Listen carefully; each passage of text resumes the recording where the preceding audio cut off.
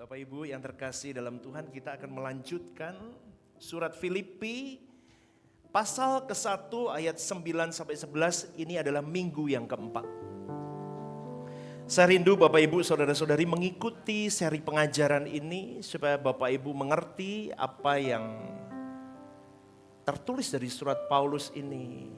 Anda mengerti apa pesan yang bisa kita pakai dalam kehidupan kita menjadi pengikut-pengikut Kristus. Coba tampilkan judul khotbah hari ini. Hari ini saya beri tema kasih, hikmat, dan kekudusan. Diambil dari Filipi 1 ayat 9 sampai 11. Ayat yang ke-9 berkata begini, dan inilah doaku, semoga kasihmu makin melimpah dalam pengetahuan yang benar dan dalam segala macam pengertian, sehingga kamu dapat memilih apa yang baik, supaya kamu suci dan tak bercacat menjelang hari Kristus.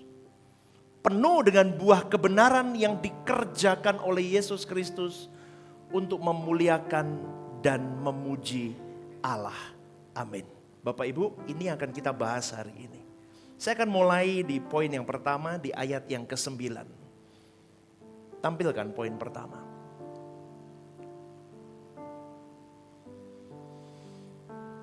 Dan inilah doaku. Kalimat ini yang akan saya soroti untuk yang pertama kali, saudaraku. Dan inilah doaku.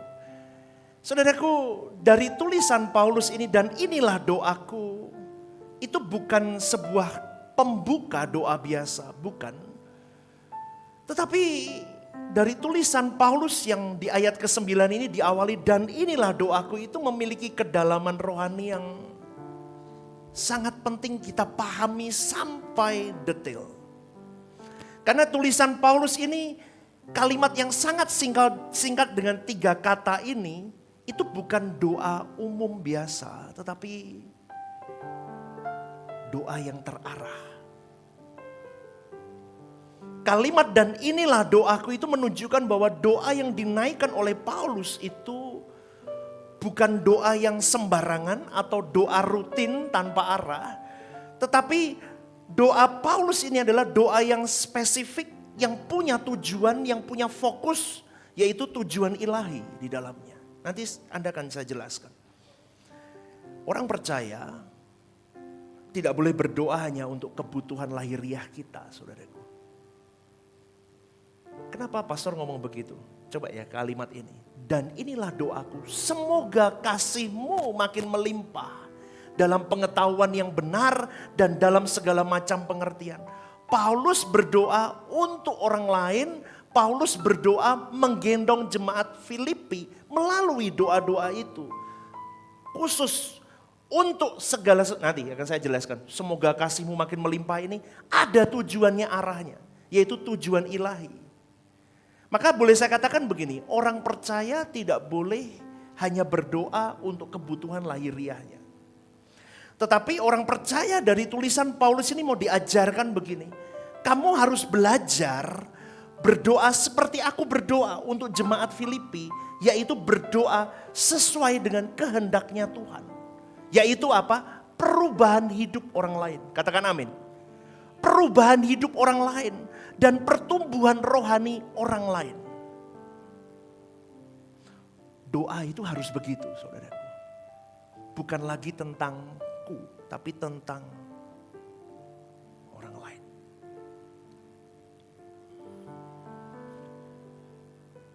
Dari tulisan Paulus yang singkat ini, dan inilah doaku, saya bisa menggambarkan begini. Paulus punya hubungan yang begitu detail dan intim dengan Tuhannya. Sampai-sampai dia memiliki kepekaan terhadap kehendak Allah secara sempurna, saudaraku. Coba tampilkan poin A. 1A. Jadi doa itu menurut Paulus bukan sekedar kata-kata. Tetapi doa menurut Paulus adalah curahan hati yang sudah disejajarkan dengan hatinya Tuhan. Ini penting sekali untuk kita pahami, jadi doa kita bukan doa-doa lagi yang seperti anak kecil yang hanya menuntut untuk kepentingan kita. Tapi kalau kelas kita seringkali berkata, Aku ingin sempurna seperti Bapa, serupa dengan Tuhan Yesus dalam suara kebenaran. Hidupmu dan hidupku bukan lagi tentang aku. Keakuan harus dimatikan. Dan aku hidup untuk kepentingan Tuhan, beban Tuhan. Apa beban Tuhan? Jiwa-jiwa. Amin. Beban Tuhan itu jiwa-jiwa. Bukan kita lagi, bukan tentang aku lagi. Tapi tentang mereka dan tentang Tuhan. Paulus menggambarkan di sini. Dan inilah doaku. Dia mau mengajarkan kepada jemaat Filipi, bahkan kepada kita generasi pengikut Kristus selanjutnya di sepanjang zaman, untuk belajar bahwa doa kita bukan cuma kata-kata sia-sia yang hanya untuk memuaskan kita. Tapi curahan hati seorang manusia, seorang pengikut Kristus, seorang yang sudah jatuh cinta sama Tuhan. Sampai hatinya sudah disejajarkan, masukkan real dengan isi hati Tuhan.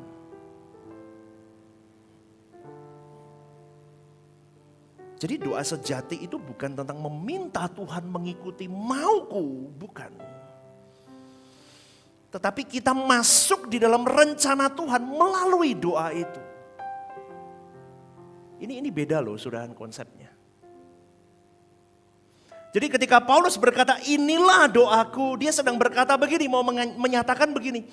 Apa yang aku doakan adalah apa yang aku anggap paling penting untuk hidup jemaat yang kulayani, yaitu jemaat Filipi. Dan ternyata isi doa lanjutannya kan ini kan. Coba poin yang 1 kembali lagi. Ternyata isi doa Paulus kan, semoga kasihmu makin melimpah dalam pengetahuan yang benar dan dalam segala macam pengertian. Itu isi doa Paulus. Supaya kasihmu makin melimpah sama Tuhan, sama sesamamu. Tapi dari kasihmu itu kamu berlandaskan dengan kasih yang penuh dengan pengetahuan akan kebenaran dan pengertian dalam segala hikmat. Cerdas, Paulus itu sangat cerdas. Setiap tulisannya itu mengandung makna dalam. Kalau Bapak Ibu mau belajar dalam, wah cerdas. Artinya saudaraku, doa itu tujuannya untuk membuat kualitas hidup rohani kita semakin sejajar dengan maunya Allah. Amin. Semakin kita sering berdoa, semakin kita kenal hati Allah seharusnya. Semakin kita ditarik masuk sejajar dengan realnya Tuhan. Seharusnya begitu. Jadi doa itu bukan hanya sekedar menyelesaikan masalah hidupmu. Bukan. Karena fokus doa itu adalah menjadi manusia seperti yang Tuhan kehendaki. Semakin banyak berdoa, semakin disejajarkan, semakin kita berkenan di hadapan Allah. Maka doa-doa kita semakin punya kelas di mata Tuhan.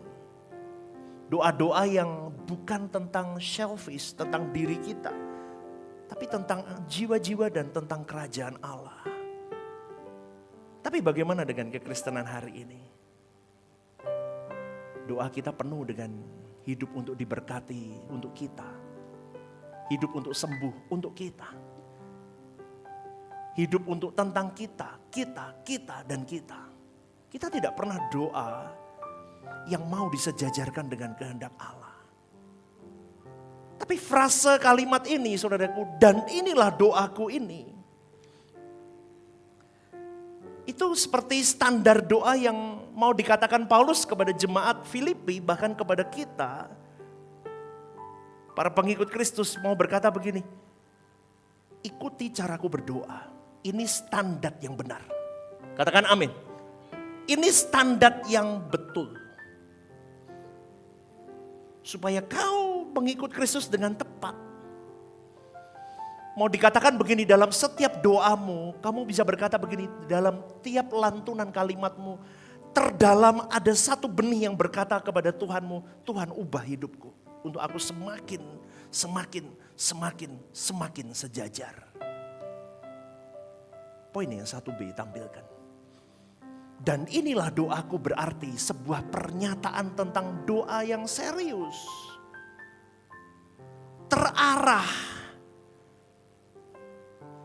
itu untuk siapa saudaraku? Jiwa untuk jiwa-jiwa dan untuk kepentingan Tuhan. Dan berpusat kepada maunya Allah untuk mengubah hidup seorang manusia. Bukan sekedar memenuhi kebutuhan hidup manusia. Saya rindu Bapak Ibu mulai recheck ulang bagaimana isi doa-doa kita. Kematangan doa itu sangat berpengaruh. Kematangan kita itu sejajar dengan seberapa dewasa kita. Kematangan doa itu sejajar dengan seberapa matang kita mengenal Tuhan. Itu berkelanjutan bareng, gak bisa gak. Semakin isi doamu semakin matang berarti hubunganmu juga semakin matang dengan Tuhan. Poin yang kedua tampilkan. Kita lanjutkan di kalimat ini. Semoga kasih-Mu makin melimpah dalam pengetahuan yang benar dan dalam segala macam pengertian. Kalimat ini saudaraku mengandung makna yang sangat dalam juga. Bukan sekedar doa biasa. Tetapi kalimat ini mengajarkan bahwa ada arah pertumbuhan yang jelas untuk orang percaya. Kasih-Mu makin melimpah. Artinya apa? Kalimat ini artinya apa? Kasih yang melimpah itu berarti tidak pernah habis. Aku berdoa kepada Tuhanku supaya kau jemaat Filipi punya kasih yang melimpah. Kasih yang over. Lebih, tidak pernah habis. Terus bertambah, terus bertumbuh, terus progres. Ada progresivitas bukan statis tapi progres terus maju, terus tambah. Tambah lama tambah besar kasihnya. Tambah lama tambah. Kalimat kasih-Mu akan makin melimpah itu artinya begitu. Karena kasih itu bukan emosi sesaat tetapi ukuran kualitas hidup ilahi seorang pengikut Kristus. Katakan amin. Seorang pengikut Kristus pasti akan memiliki kasih agape yang semakin lama semakin limpah. Dan kasih itu akan terus bertumbuh seiring proses pembentukan karakter Kristus. Dalam diri seseorang itu semakin lama semakin kuat. Maka kasih akan Kristus itu semakin melimpah. Pengenalan mengakibatkan kasihnya bertambah. Kenalnya tambah, kasihnya tambah. Kenalnya tambah, kasihnya tambah. Ini mau enggak mau? Sebab akibat. Jadi kalau lihat begini, kasih-Mu makin melimpah. Artinya kasihnya terus.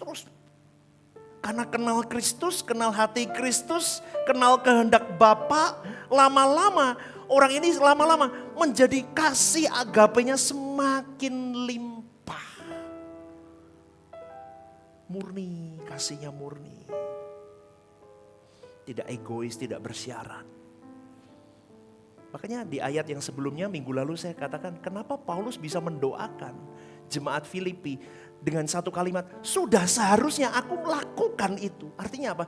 Jemaat Filipi mau berbuat salah dengan dia pun dia tetap harus lakukan itu. Kenapa? Karena kasihku di ayat ini udah limpah. Aku mengenal hati Kristusku, aku mengenal juru selamatku, aku mengenal hati Bapakku. Maka sudah seharusnya kasihku limpah. Maka ku doakan kamu, semoga kasih-Mu juga melimpah seperti aku melimpah. Amin saudaraku, berikan tepuk tangan untuk Tuhan. Anda masih bersama dengan saya?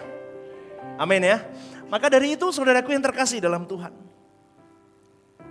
Ini berbicara tentang transformasi hati.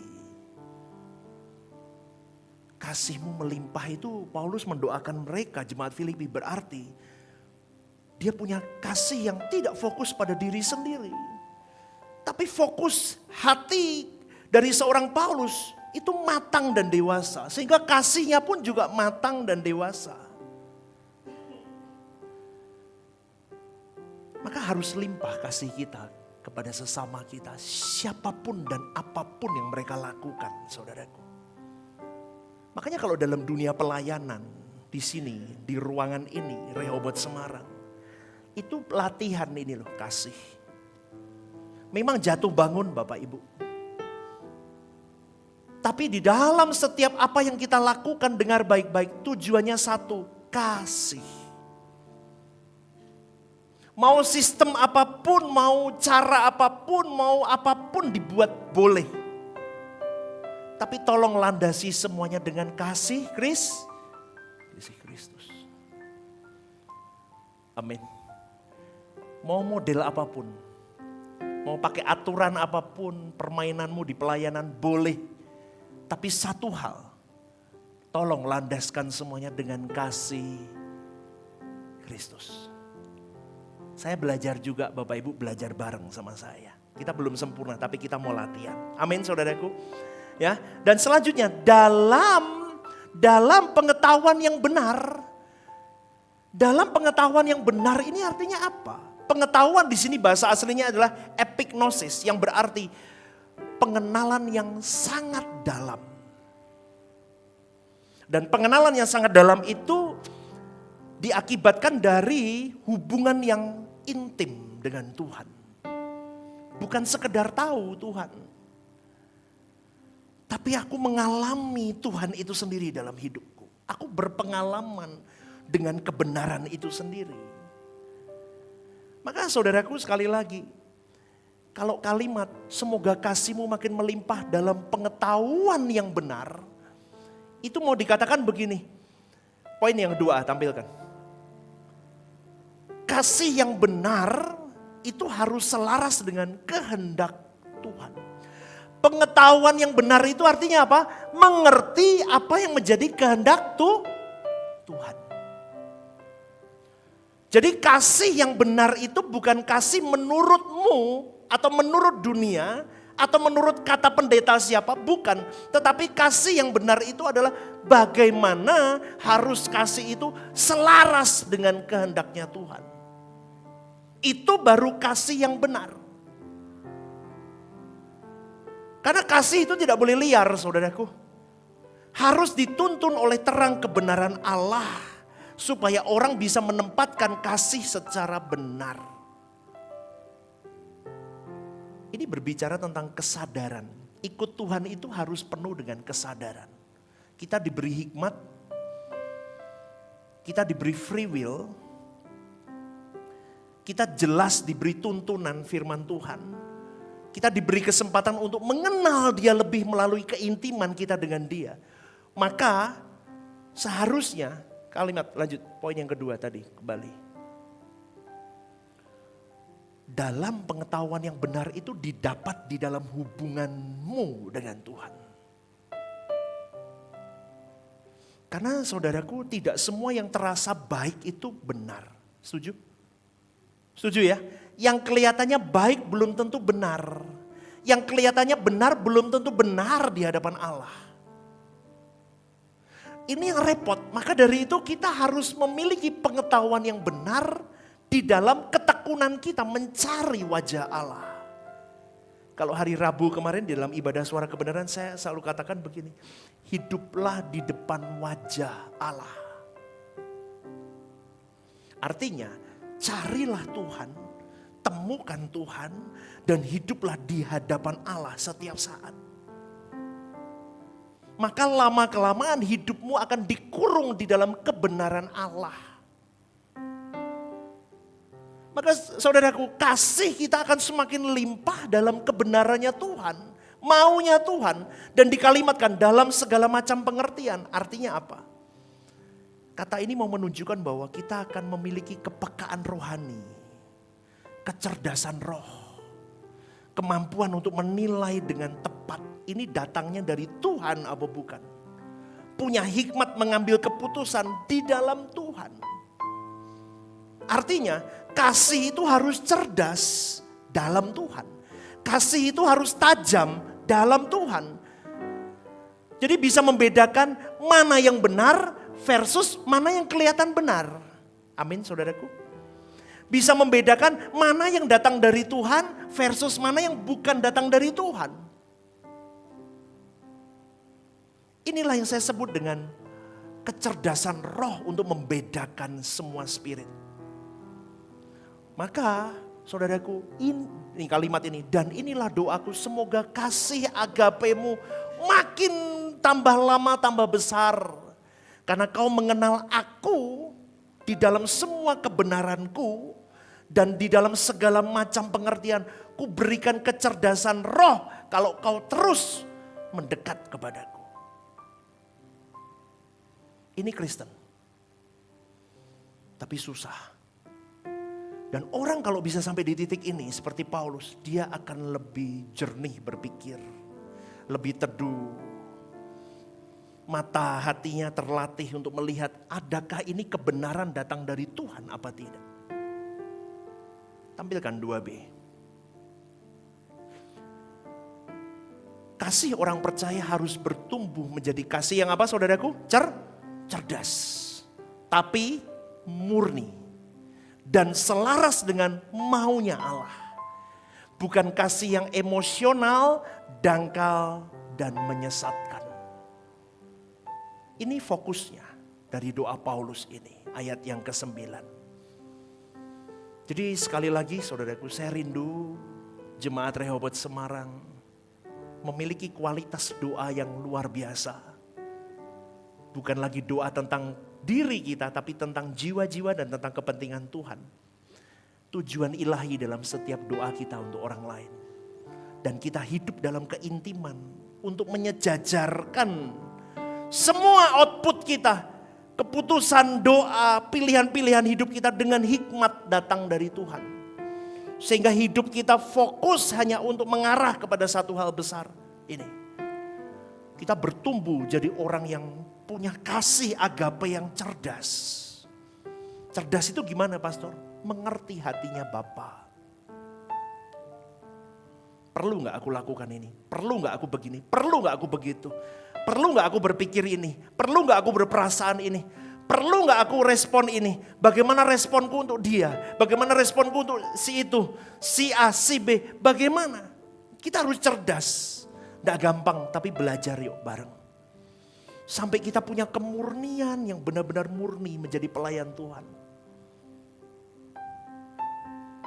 Dan semua yang kita lakukan selaras dengan maunya Allah. Anda diberkati? Berikan tepuk tangan untuk Tuhan. Lanjut poin yang ke-10. Ayat yang ke-10. Poin 3. Kalimat ini berkata begini. Sehingga kamu dapat memilih apa yang baik supaya kamu suci dan tak bercacat menjelang hari Kristus. Oke, kita akan bahas sehingga kamu dapat memilih apa yang baik. Saudaraku yang terkasih di dalam Tuhan, sehingga kamu dapat memilih apa yang baik ini tidak sekedar berbicara milih baik versus jahat, bukan. Lebih dalam dari itu, saudaraku. Maksud Paulus di sini bukan sekedar baik atau buruk, bukan. Yang dimaksud Paulus adalah bukan hanya kemampuan moral dasar kita membedakan mana baik, mana buruk. Orang dunia pun bisa pilih itu. Orang dunia pun bisa tahu mana yang salah, mana yang benar. Tetapi di sini maksud dari tulisan Paulus ini sehingga kamu dapat memilih apa yang baik. Memilih yang baik itu artinya apa? Punya kemampuan rohani untuk kita bisa membedakan yang baik versus yang terbaik. Katakan amin. Yang baik versus yang terbaik. Memilih sesuatu yang berkenan di mata Tuhan. Bukan hanya tidak berdosa, tapi aku memilih outstanding. Anda masih mengikuti saya? Bukan cuma tidak berdosa. Aku memilih yang tidak berdosa. Itu rata-rata, tapi pengikut Kristus harus outstanding. Ini kalimat ini Paulus mau ngomong kamu harus memilih yang baik itu outstanding, up.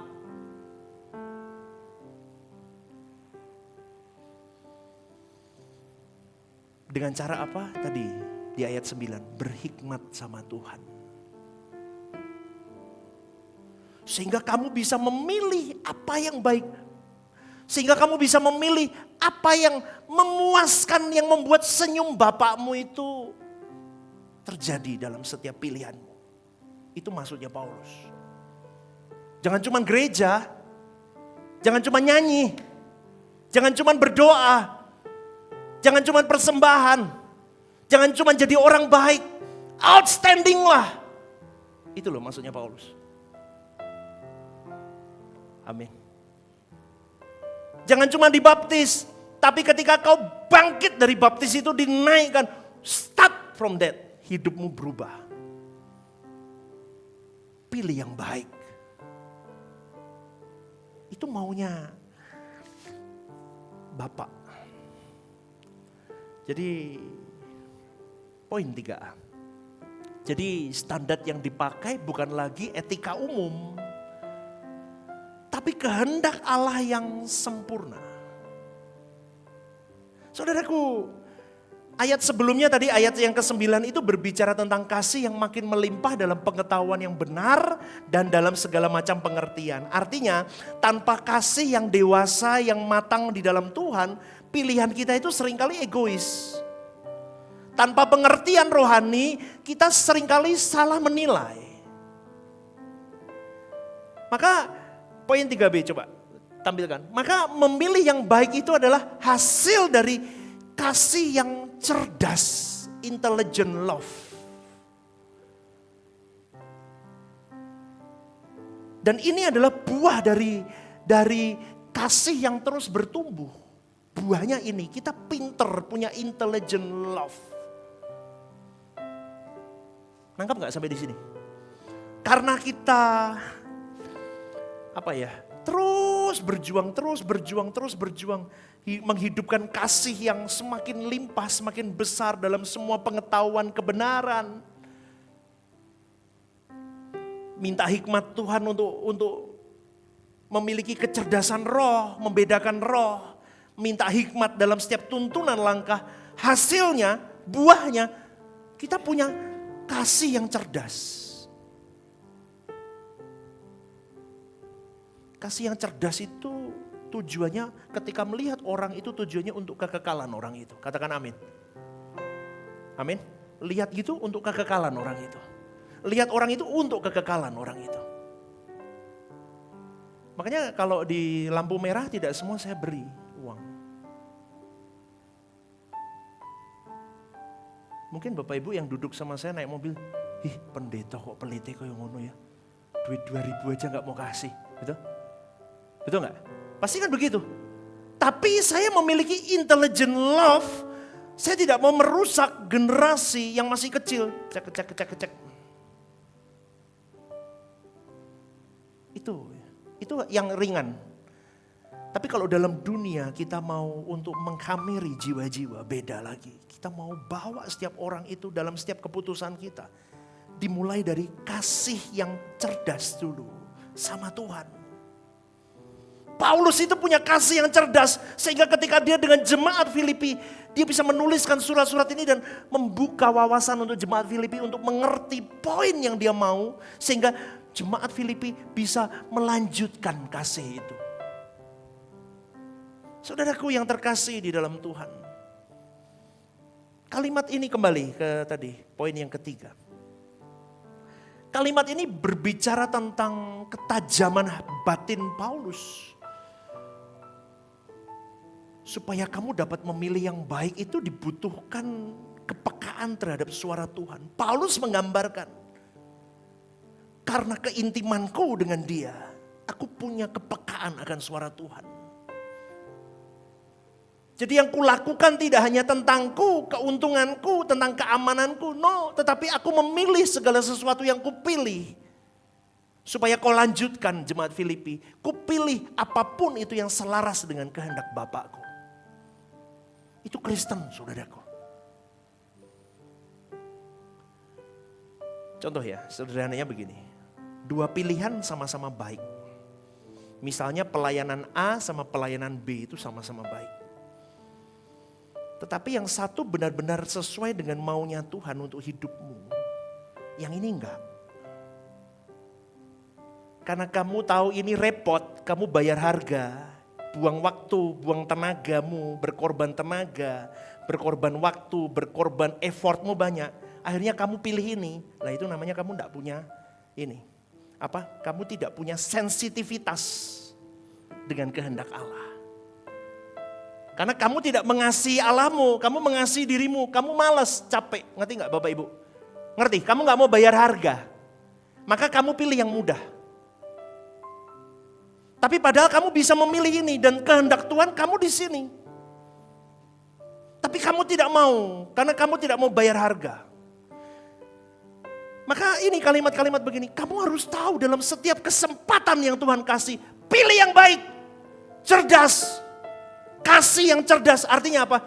Kamu mengasihi aku sampai di titik tertinggi, bukan hitung-hitungan lagi.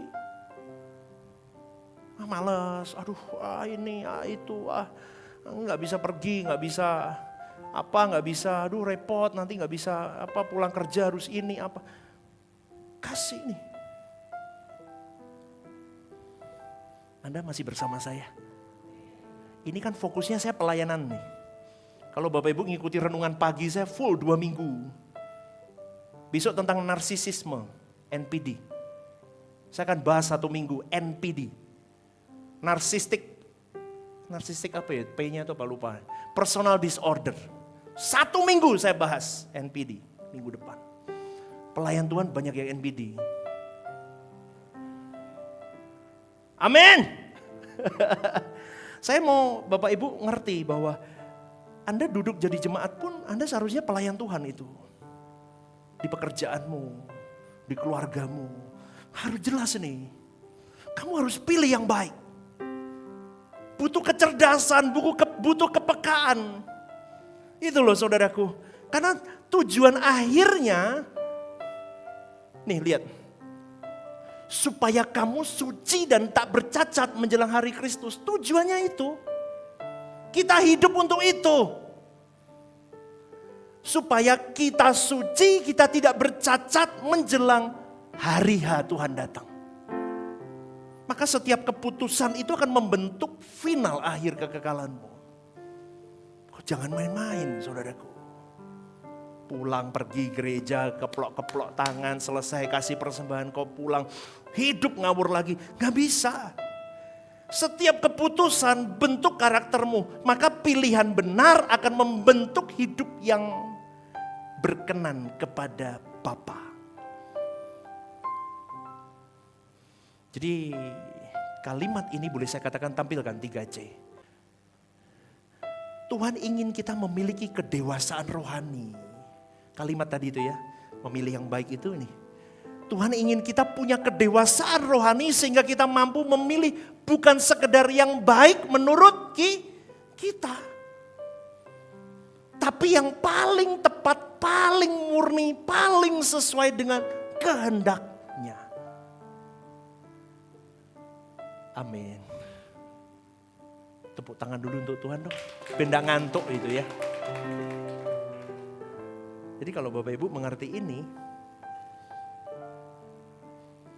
sudah belum Anda pilih yang baik selama ini? Halo Bapak Ibu, coba tanya dong. Selama ini Bapak Ibu sudah memilih yang baik? Yang paling tepat, paling murni, paling sesuai dengan maunya Tuhan apa enggak? Ini pukulan untuk kita. Ini hajaran untuk kita. Jadilah Kristen kelas tinggi, jangan Kristen ecek-ecek kelas biasa. Ya begitu-begitu aja. Lanjut, poin yang keempat. Kita akan bahas supaya kamu suci dan tak bercacat menjelang hari Kristus.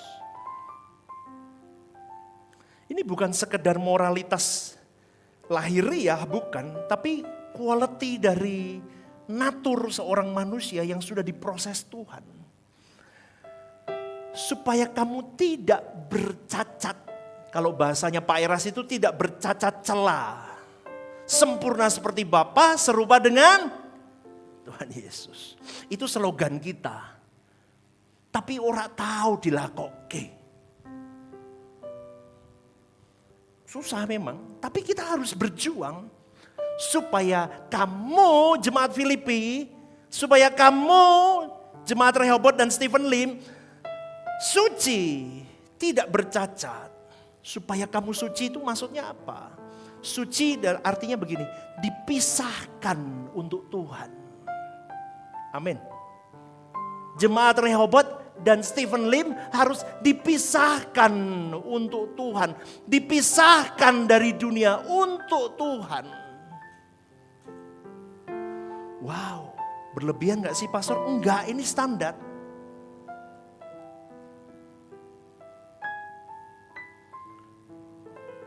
Jadi bukan hanya meninggalkan dosa, suci itu bukan hanya meninggalkan dosa. Tapi kita memiliki orientasi hidup yang murni hanya untuk kepentingan Allah dan fokusnya hanya untuk senyuman Allah. Bukan lagi tentang aku, motif aku hidup suci bukan lagi tentang aku. Tapi tentang rajutanku membuat dia tersenyum dengan hidupku. Maka dibutuhkan kemurnian motivasi seorang pengikut Kristus. Sampai getol, sampai di titik ini. Pelayan Tuhan tidak akan, banyak pendeta pun seperti saya. Mungkin saya pun sama kalau belum sungguh-sungguh melakukan apa yang saya khotbahkan ini. Itu semua punya agenda tersembunyi dalam hidup kita. Punya ambisi, punya ego, punya kepentingan diri. Yang kita balut dengan hal-hal rohani, saudaraku.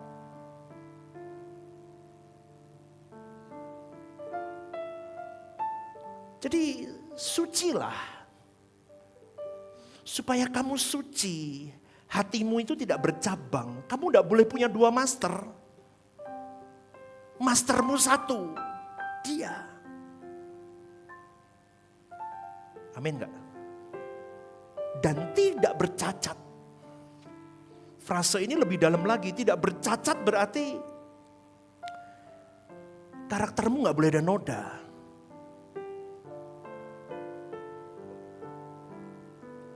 Amin apa enggak nih?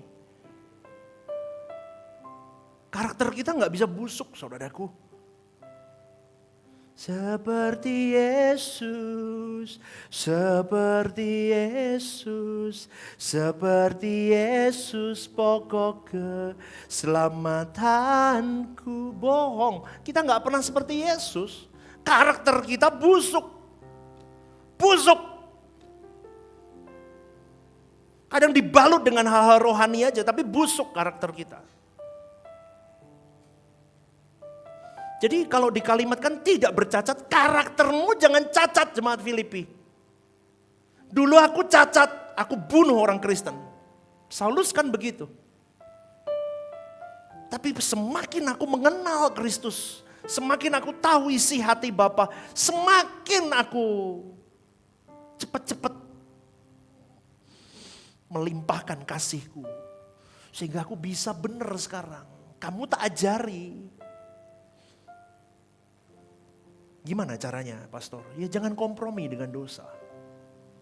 Sekecil apapun. Meskipun tidak ada dunia yang melihat CCTV mati sekalipun. Jangan kompromi. Amin apa enggak nih? Jangan pelihara dosa sekecil apapun. Hiduplah transparan di hadapan Allahmu. Itu tidak bercacat. Tadi saya katakan, setiap hari face to face dengan Allah. Tiap saat. Ini saya khotbah begini pun saya face to face dengan Allah. Mana yang belum saya lakukan? Mana yang sudah saya lakukan? Mana yang masih jatuh bangun? Mana yang aku masih hanya di mulut?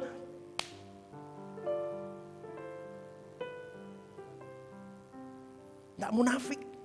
Nggak usah pura-pura. Jadilah orang Kristen yang apa adanya tapi berjuang dengan apa yang ada di tanganmu. Fight untuk kepentingan Bapamu. Amin. Loh saya sharing loh, di sini aja saya sharing loh. Saya punya satu kelemahan yang sangat itu perjuangan panjang saya. Tapi sudah puji Tuhan jauh saudaraku. Saya temperamental orangnya. Kalau dulu di jalan saya suka berantem sama orang dulu. Padahal saya sudah Kristen. Udah khotbah tapi belum GSKI. Masih begitu saya. Terakhir tahun lalu aja saya masih kok. Sudah khotbah. Duduk dekat kaki Tuhan. Itu di rumah saya ada yang ribut-ribut. Saya bawa pakai celana pendek, nggak pakai baju Bapak Ibu. Saya bawa bawa bambu, saya kejar orang itu. Wah, coba loh. Ada Theo, terus saya ngomong sama Theo. Teh, maaf ya, Koko enggak jadi teladan. Habis sadar itu, saya minta ampun sama Tuhan. Saya enggak jadi teladan buat kamu. Ngerti enggak saudaraku? Natural, aku memang lemah di situ. Tapi I will fight, aku harus menang. Amin. Jadi natural, jangan munafik saudaraku. Tapi sampai di titik tidak bercacat. Kalimat ini hanya fokusnya supaya orang mengalami transformasi total. Hatinya sampai suci, murni, utuh, tidak kompromi. Maka sekali lagi saudaraku, kekristenan itu bukan soal hanya diampuni, tapi diubah sampai punya kualitas hidup yang Tuhan mau. Itu kita. Tujuannya supaya kita menjadi manusia yang pantas. Suatu hari nanti menjelang hari Kristus, di depan pengadilan Kristus, kita sanggup berdiri. Itu loh saudaraku. Karena saat kalimat menjelang hari Kristus, kita bisa berkata, aku sanggup gak tahan berdiri gak suatu hari di hadapan pengadilan itu. Poin yang 5A tampilkan. Buah itu apa? Buah berarti output hidup kita. Karakter kita, sikap kita, keputusan kita, tindakan kita. Itu di dalam kebenaran. Karakternya benar. Benarnya menurut manusia apa menurut Kristus? Kristus. Karena hukum kita Kristus. Amin enggak? Karakternya seperti Kristus, sikapnya seperti Kristus, keputusannya seperti Kristus. Tadi yang saya ngomong, kembalinya ke kasih, agape. Dan tindakan kita kembalinya lagi kasih, agape.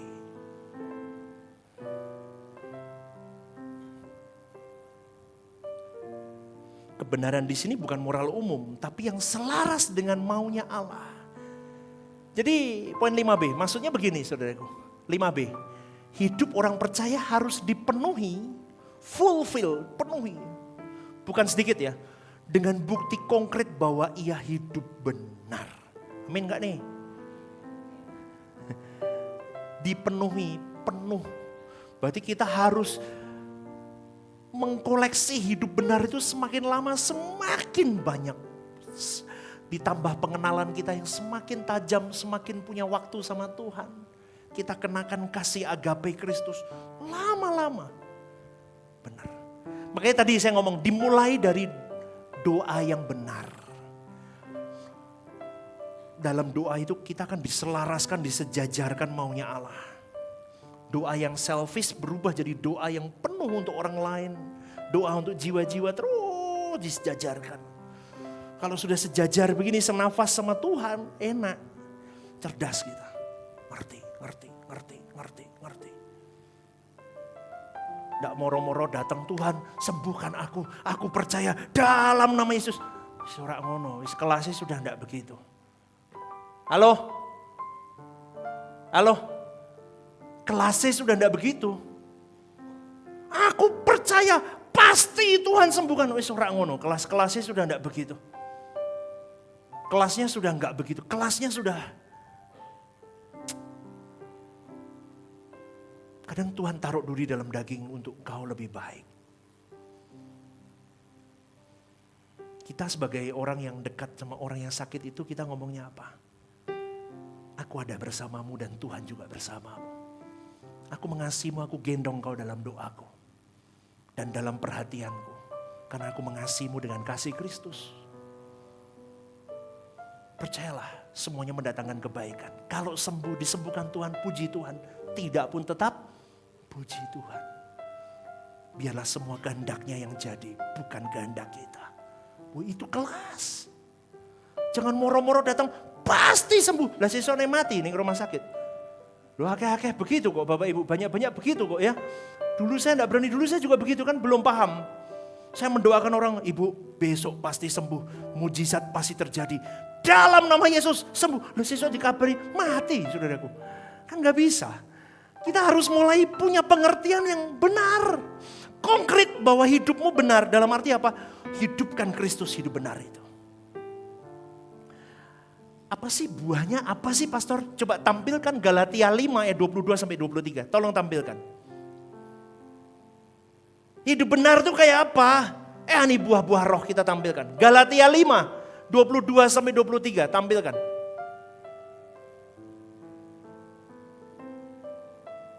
Oh, gak bisa ya? Bisa nggak? Oke. Galatia 5 ayat 22-23. Tetapi buah roh ialah apa? Saudaraku baca yuk. 1, 2, 3. Kasih. Terus. Next. Kesetiaan. Penguasaan. Tidak ada hukum yang menentang hal-hal itu. Hidupkan 9 buah roh. Berjuanglah di semua lini. Dari yang paling kelihatannya kecil sampai yang paling berat, setiap lininya perjuangkan. Maka kehidupan murni, integritas ilahi, kasih yang murni, yang tulus, ketaatan yang konsisten akan lahir dalam hidup kita. Kembali ke poin yang kelima. Poin yang kelima, tampilkan.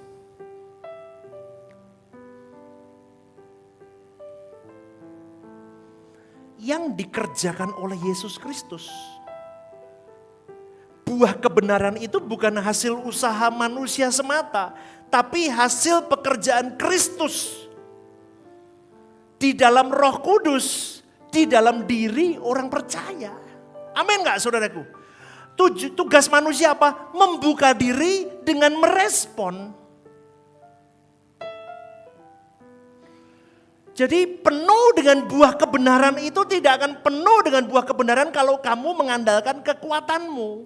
Tapi di sini Paulus berkata, buah kebenaran yang dikerjakan oleh Yesus Kristus. Artinya apa? Yesus Kristus di dalam dan melalui Roh Kudus, rohnya Bapa itu. Dengan kita merespon, itu akan membuka perubahan dalam hidup kita. 5C tampilkan.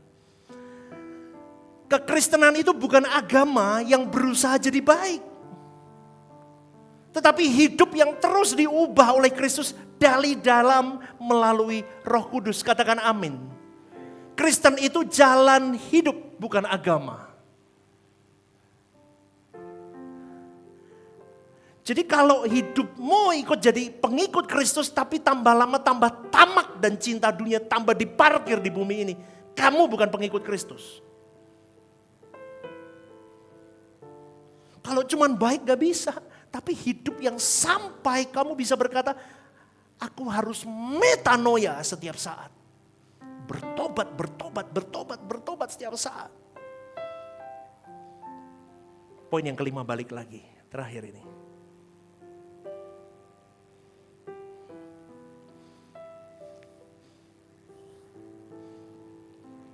Untuk memuliakan dan memuji Allah. Ini tujuan akhir hidup orang percaya. Sebetulnya untuk memuliakan dan memuji Bapa. Jadi semua yang kita lakukan dengan kasih, dengan doa untuk doa orang lain, pelayanan-pelayanan kita lakukan. Bukan supaya dipuji manusia. Halo? Bukan supaya likes-mu di Instagram banyak, subscriber-mu banyak. Bukan supaya terlihat kamu rohani, bukan, tetapi supaya Allah dimuliakan melalui hidup kita. Jadi arah hidup kita mulai berubah. Kalau aku lakukan ini untuk Tuhan, artinya aku ingin terlihat hidup benar, bukan untuk dunia, tetapi supaya dunia melihatku benar, dunia melihat Bapakku, Yesusku yang ada di dalam hidupku. Sehingga dunia mempermuliakan Tuhanku dengan melihat hidupku. Amin apa enggak nih? 5D tampilkan. Hidup yang dipenuhi dengan karakter ilahi yang dihasilkan oleh karya Kristus di dalam diri dan semuanya itu akan bermuara pada kemuliaan Allah. Bukan kepada kemuliaan diri sendiri. Saudaraku, Kasih yang benar bukan kasih yang sentimental atau emosional. Tapi kasih yang lahir karena kenal sama Allahnya. Maka Paulus berkata supaya kasih itu makin melimpah dalam pengetahuan yang benar dalam segala macam pengertian. Artinya kasih harus berjalan dengan hikmat Tuhan.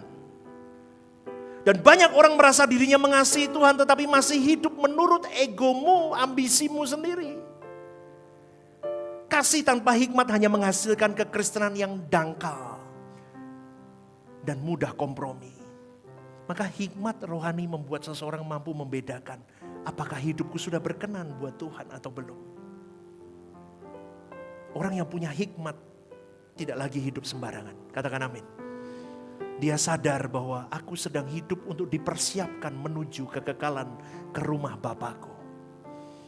Orang-orang begitu akan belajar sangkal diri, jaga hati, jaga perkataan, jaga telinga, jaga semua hal. Hidup dalam ketepatan kehendak Tuhan. Karena tujuan akhirnya hidup seorang Kristiani adalah hidup dalam kekudusan. Senggol kiri kanannya, kekudusan hidup. Senggol. Kekudusan hidup. Kekudusan bukan sekedar terlihat baik depan manusia. Tapi keadaan hati yang murni di hadapan Allah. Berjuanglah, tidak gampang tapi berjuanglah. Paulus berkata supaya jemaat menjadi suci tak bercacat menjelang hari Kristus.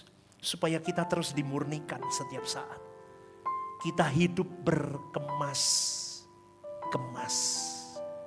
Yuk ngomong 1, 2, 3, berkemas. Satu kali lagi, berkemas. Karena hidup kekristenan itu bukan hanya diampuni. Tapi diubahkan semakin seperti Kristus. Ini perjuangan kita. Tuhan tidak ingin kita hanya sibuk melayani pulang pergi gereja. Sibuk ribet dengan pelayanan begini. Tapi Tuhan rindu kita punya transformasi total. Sampai Kristus itu benar-benar hidup dalam hidup kita. Inilah perjalanan orang percaya. Sampai kedewasaan rohani itu terjadi dalam hidupmu dan hidupku. Amin. Berikan tepuk tangan Tuhan. Bangkit berdiri Bapak. Shalom saudaraku yang terkasih di dalam Tuhan. Ada program baru yang bernama Are You Okay? Ini adalah program yang memang diadakan bagi saudara-saudari yang rindu atau ingin didoakan. Mungkin saudara-saudari sedang mengalami pergumulan-pergumulan hidup yang sulit, yang berat, menghadapi masalah-masalah yang tidak mudah. Saudara-saudari bisa klik di formulir online yang tertera atau scan barcode di situ. Anda bisa tuliskan di sana apa yang menjadi pergumulan masalah Anda yang ingin didoakan. Tujuannya satu, Anda tidak merasa sendiri. Saya sendiri akan mendoakan beserta tim yang akan menangani ini. Saya akan mendoakan di dalam mesbah-mesbah doa kami. Tujuannya satu, supaya saudara-saudari merasa ada yang support, tidak sendirian berjalan menghadapi beratnya kehidupan. Ini kerinduan saya, kita berbagi kasih secara nyata. Dan kiranya program baru ini bisa menjadi berkat untuk kita semua. Tuhan Yesus memberkati.